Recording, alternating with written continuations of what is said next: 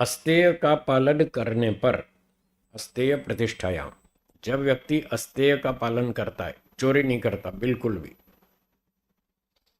मन से भी चोरी नहीं करता, वाणी से भी, शरीर से भी, किसी भी तरह से चोरी नहीं करता, दूसरे का हक नहीं मारता, दूसरे का अधिकार नहीं छीनता, बल्कि दूसरों को सहयोग करता है, दान देता है, तो उस व्यक्ति को सर्वरत्न उपस्थानम, सर्व सब प्रकार के रत्न, उत्तम उत्तम पदार्थ उपस्थानम उपस्थित हो जाते हैं। उसको सब बढ़िया बढ़िया वस्तुएं लाकर भेंट में मिलती हैं, लोग भेंट में ला ला कर देते हैं, गिफ्ट मिलती है बहुत सारी।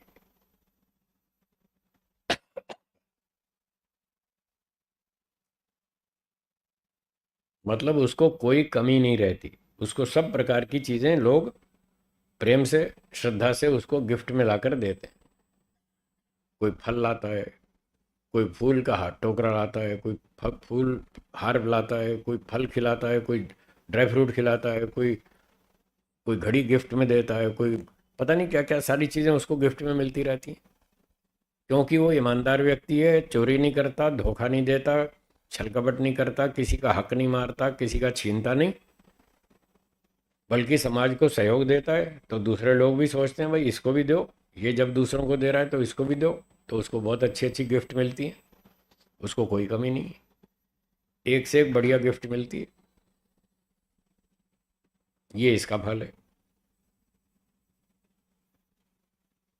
ये फल भी अच्छा ही है, लोग आपको गिफ्ट ला ला कर दे में बढ़िया बढ़िया क्या घाटा है, अच्छी बात है ना, फायदे की बात है। तो ये तभी हो सकता है जब आप अस्तेय का पालन करेंगे।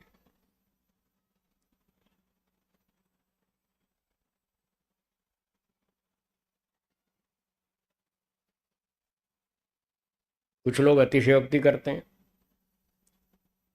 व्यास भाष्य में लिखा है कि सब दिशाओं से उसको सब उत्तम उत्तम पदार्थ प्राप्त होते हैं। तो किसी ने इसका अर्थ ये कर दिया, सब दिशाओं से हवा में उड़ती उड़ती चीजें आती हैं, उसकी झोली में गिरती हैं। ऐसे झोली में थोड़ी गिरेंगी, हवा में उड़ती उड़ती आएंगी क्या? ऐसे नहीं आती। और लोग इसकी ऐसी व्याख्या करते हैं, वो गलत है।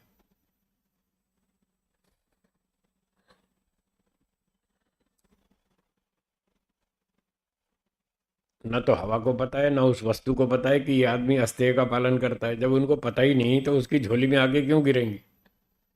कोई बुद्धिमान चेतन व्यक्ति परीक्षा पूर्वक ही तो लाके गिफ्ट देगा उसको, वो देखेगा कि ये अस्तेय का पालन करता है, अच्छा आदमी, समाज सेवक है, परोपकारी है, और लोभी नहीं है, लालची नहीं है, चोरी नहीं करता, किसी तरह से भी सबको अब फायदा करता है। तो जब कोई बुद्धिमान उसकी परीक्षा कर लेगा तभी तो आके वो उसको अच्छी अच्छी गिफ्ट देगा। तो ऐसे सोच समझ के बुद्धिमत्ता से परीक्षा पूर्वक उसको ये सारी गिफ्ट मिलती है। ये इसका अर्थ ठीक है। हो गया, ठीक है। आगे चलें।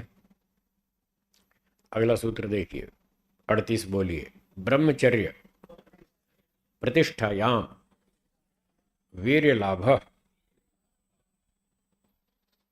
ब्रह्मचर्य का पालन करने पर वीर्य लाभ, वीर्य का लाभ होता है। वीर्य का मतलब दो प्रकार का बल, शारीरिक बल और बुद्धि का बल, दो तरह का बल बढ़ता है। जो ब्रह्मचर्य का पालन करता है उसका शरीर भी स्वस्थ बलवान होता है, ताकतवर होता है, और बुद्धि का बल उसका बहुत होता है, तीव्र बुद्धि होती है उसकी। महर्षि दयानंद जी के बहुत उदाहरण आपने सुन रखे हैं इतिहास में। एक जगह पंजाब में उन्होंने ब्रह्मचर्य पर प्रवचन किया कि ब्रह्मचर्य की इतनी शक्ति है, इतनी महिमा है।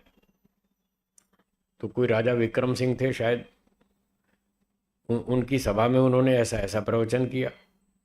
तो राजा विक्रम सिंह जी बोले कि स्वामी जी आप ब्रह्मचर्य की बात तो कर रहे हैं, कोई उसका चमत्कार भी तो दिखाओ। तो स्वामी दयानंद जी ने कहा ठीक है दिखाएंगे। फिर जब सभा समाप्त हो गई तो राजा विक्रम सिंह जी अपनी बग्घी में बैठकर जाने लगे घर। तो महर्षि दयानंद जी ने पीछे से जाके बग्घी का पहिया पकड़ लिया, एक हाथ से पहिया पकड़ लिया, और वो दो घोड़े लगे उसमें, और वो कोचवान मारे हंटर पे हंटर, बग्घी चले ही नहीं। उनको बड़ा आश्चर्य हुआ, ये घोड़े बेचारे जोर लगा रहे हैं फिर भी बग्घी हिलती नहीं, क्या बात है। तो पीछे मुड़ के देखा उन्होंने, तो महर्षि दयानंद जी ने पहिया पकड़ रखा था। तो महर्षि जी ने कहा, देखो ये है ब्रह्मचर्य का बल। वो बग्घी से नीचे उतर आए, पाँव छू करके माफी मांगी, बोले हाँ समझ में आ गया ब्रह्मचर्य में कितना बल है। तो ऐसी बहुत सारी घटनाएं हैं, मैंने आपको एक सुना दी। कई बार पहलवान लोग उनको मारपीट करने के लिए चले जाते थे, स्वामी दयानंद जी को। एक अच्छा मोटा तगड़ा पहलवान गया उनसे लड़ने। अब महर्षि दयानंद जी तो झगड़ा आदि पसंद नहीं करते थे, तो अहिंसा का पालन करते थे।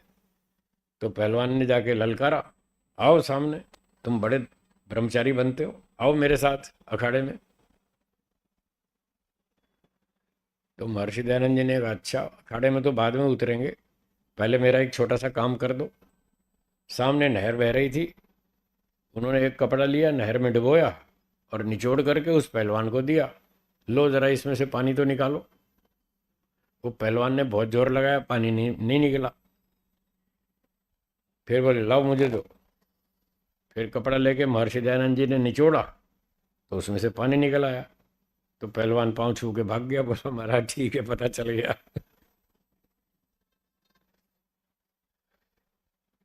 एक और राजा थे राजस्थान के, उन्होंने महर्षि दयानंद जी के साथ कोई बातचीत में, उनको गुस्सा आ गया राजा को,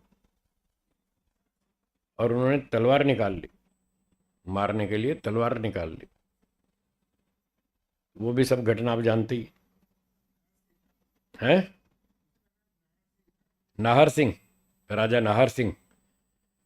हाँ, तो उस राजा ने तलवार निकाल ली, महर्षि दयानंद जी ने तलवार छीन ली और जमीन पे टेक के उसके दो टुकड़े कर दिए, लोहे की तलवार ऐसे दबा के उसके टुकड़े कर दिए। तो राजा को तो पसीना आ गया, ये कैसा आदमी है? लोहे की तलवार को तोड़ दिया इसने, तो मेरे तो हड्डी के चूरमा में सुरमा बना देगा। उसने माफी मांगी। तो इस तरह की बहुत घटनाएं मिलती हैं। ये तो था शारीरिक बल। और बुद्धि का बल देखना हो तो सत्यार प्रकाश देखिए, क्या एक से एक तर्क दिए उन्होंने। कितने ही विद्वानों के साथ, पंडितों के साथ उन्होंने शास्त्रार्थ किए, कभी भी एक भी शास्त्रार्थ नहीं हारे, हमेशा जीत कर आए। तो ये बुद्धि का बल बढ़ता है इससे, ब्रह्मचर्य का पालन करने से। तो दोनों तरह का लाभ है। ये हो गया 38वां सूत्र। 39वां सूत्र देखिए, अपरिग्रह स्थैर्य जन्म कथनता संबोध। इसका अर्थ है अपरिग्रह की स्थिरता होने पर। जब जीवन में अपरिग्रह की स्थिरता होती है, अर्थात व्यक्ति जमकर अहिंसा अपरिग्रह का पालन करता है, पूरा आवश्यकता अनुसार उचित वस्तुएं ही संग्रहित करता है, फालतू संग्रह नहीं करता, तो उसको क्या लाभ होता है, क्या फल मिलता है? जन्म कथनता संबोध। इसका अर्थ भी लोग गलत करते हैं। लोग क्या अर्थ करते हैं, उसको अगले पिछले जन्मों की जानकारी हो जाती है।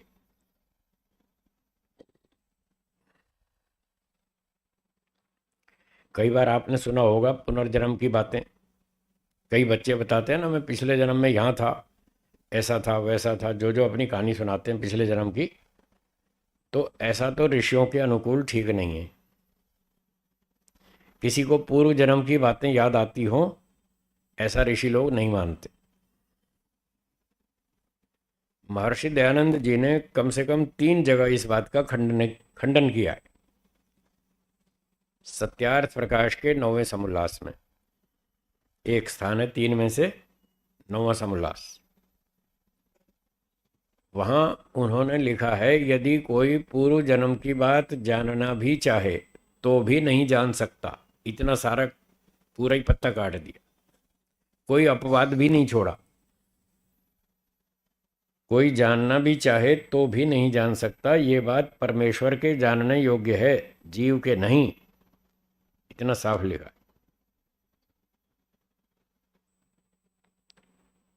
लंबी चौड़ी बातें हैं, सारी नहीं सुना रहा, बस एक प्रमाण उद्धृत कर रहा हूँ कि 9वें समोल्लास में उन्होंने इस बात का विरोध किया कि पूर्व जन्म की बात जो कहते हैं याद आती है, ऐसा नहीं है। और एक बात और लिखी साथ में, ये ईश्वर की बहुत अच्छी व्यवस्था है। जो हमें पूर्व जन्म की बातें याद नहीं आती, ये ईश्वर की बहुत उत्तम व्यवस्था है। अगर पूर्व जन्म की बातें याद आने लग जाएं तो व्यक्ति पूर्व जन्म के दुखों को देख देख के दुखी होकर मर जाएगा, ये लिखा है। और हम यहाँ देख रहे हैं एक ही जन्म में इतने दुख आ रहे हैं, व्यक्ति उनसे घबरा जाता है सुसाइड कर लेता है। बहुत सी घटनाएं ऐसी देखी है ना, दुखों से घबरा कर व्यक्ति सुसाइड कर लेता है। एक ही जन्म में जब वो नहीं जी पा रहा, उसको सहन नहीं कर पा रहा दुखों को, तो पिछले 8-10 जन्म और याद आ गए तो कैसे जिएगा। इसलिए बहुत अच्छी की व्यवस्था ईश्वर ने कि पूर्व जन्म की बात भूल जाओ, नए जन्म में नए सिरे से जियो, तो आप ठीक से जी पाएंगे। तो अब जो लोग इस सूत्र के आधार पर ये कहते हैं, योगी को, अपरिग्रह पालन करने वाले को पूर्व जन्म की बातें और अगले जन्म की बातें याद आ जाती हैं और उसको सब पता चल जाता है, ये सब गलत, ऋषियों के विरुद्ध है। तो फिर सही अर्थ क्या?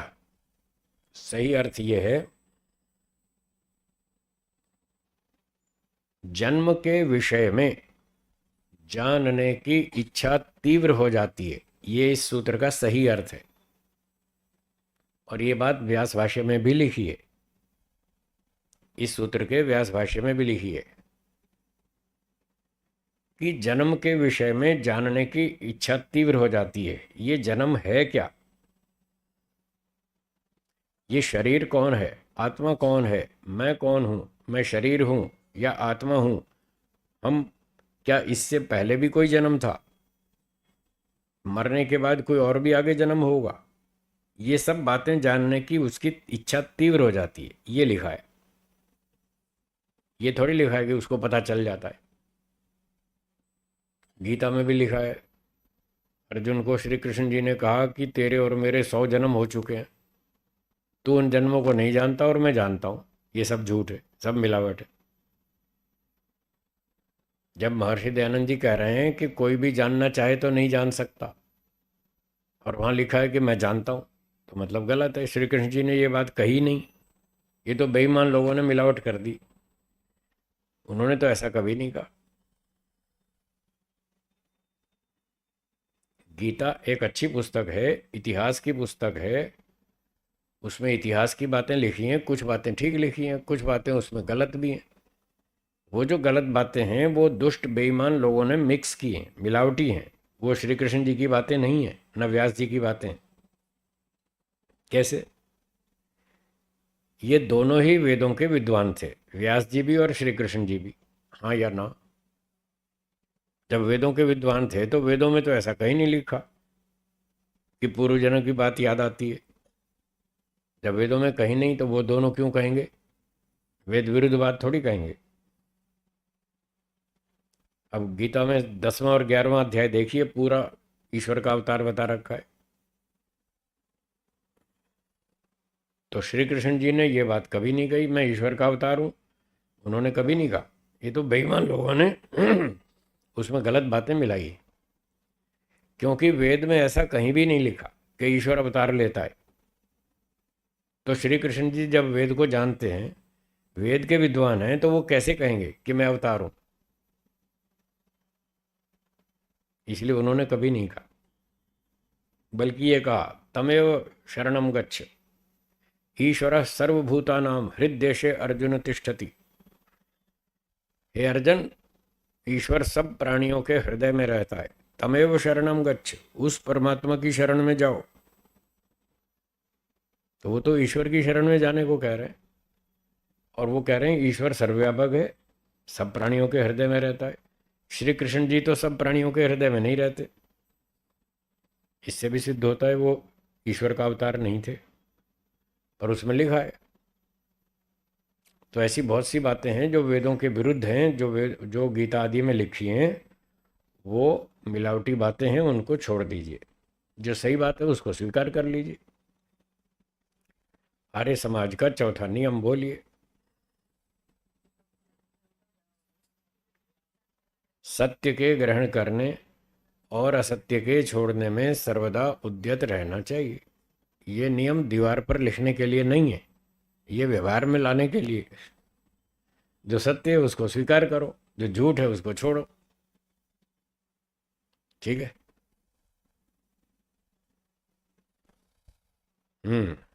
तो पूर्व जन्म की बात याद नहीं आती, बल्कि इस विषय को जानने की इच्छा तीव्र हो जाती है। कैसे हो जाती है? जब व्यक्ति को यह कहा जाता है कि आवश्यकता से अधिक संग्रह मत करो, पैसे कमाओ, खाओ पियो, घर चलाओ, परिवार चलाओ, समाज चलाओ, देश चलाओ, ठीक है, पर जितनी आवश्यकता है उतना रखो, फालतू मत रखो। अधिक संग्रह मत करो। और अधिक आ जाए तो क्या करें? तो बांट दो, दान दो। क्योंकि अधिक संग्रह करोगे वो आपको तंग करेगा, आपको दुख देगा, और आपको योगाभ्यास नहीं करने देगा। वो अधिक संग्रह वस्तुओं का, विचारों का, जो भी संग्रह है, वो आपको योगाभ्यास में बाधा डालेगा। इसलिए फालतू आ जाए तो बांट दो।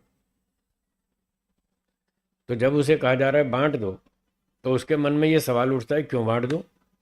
इतनी मेहनत करके पैसे कमाए, आप कहते बांट दो। क्यों बांट दूं मैं?